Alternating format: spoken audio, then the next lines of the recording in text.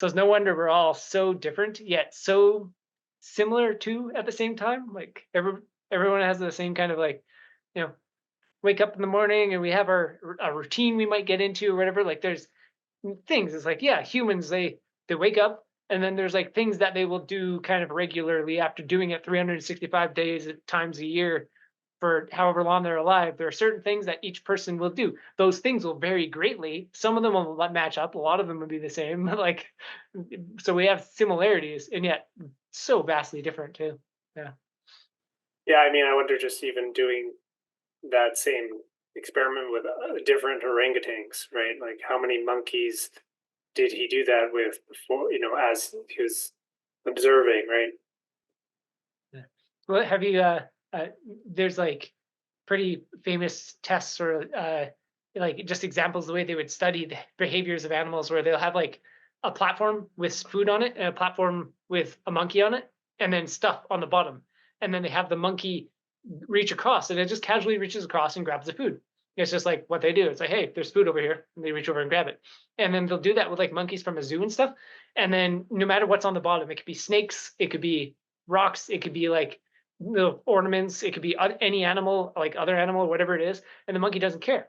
And as soon as they take a monkey in from the wild that has seen snakes, it'll be cautious and it'll like climb cautiously around and then grab the food and then climb cautiously back.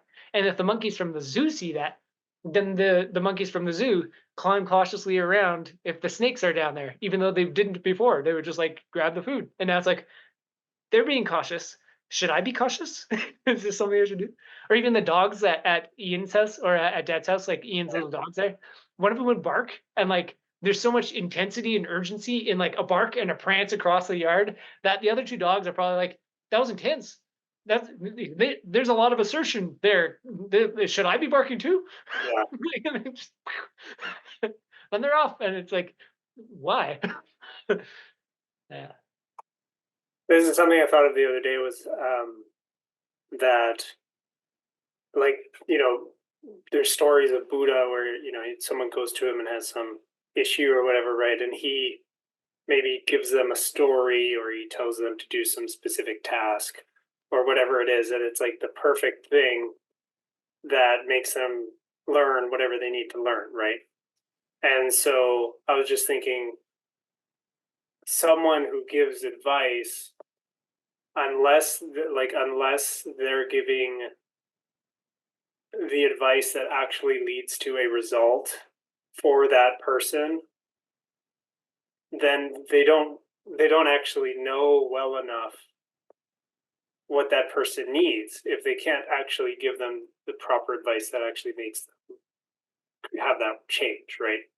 So, like, if they need a metaphor or a task or whatever for them to then go follow up, do something, and have the realization, well, then they were properly taught, right?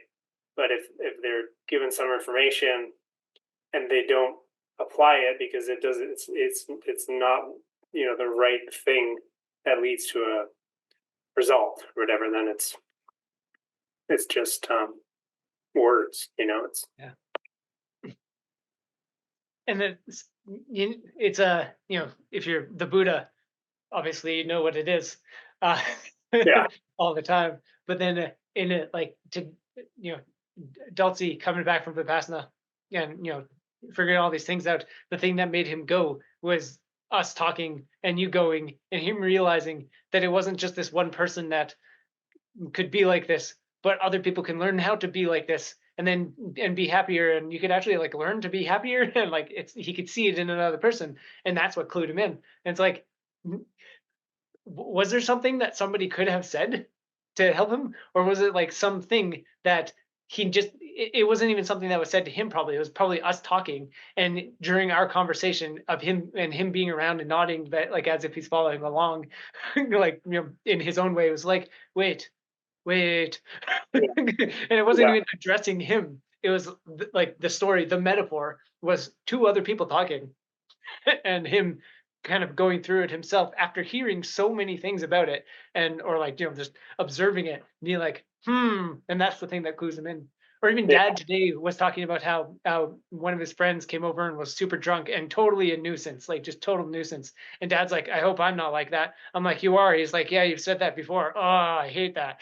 It's like, is that what he needed? He like finally, after so long and so many times people telling him this, like he finally is starting to realize how much of a nuisance drunk people are, and he doesn't want to do that.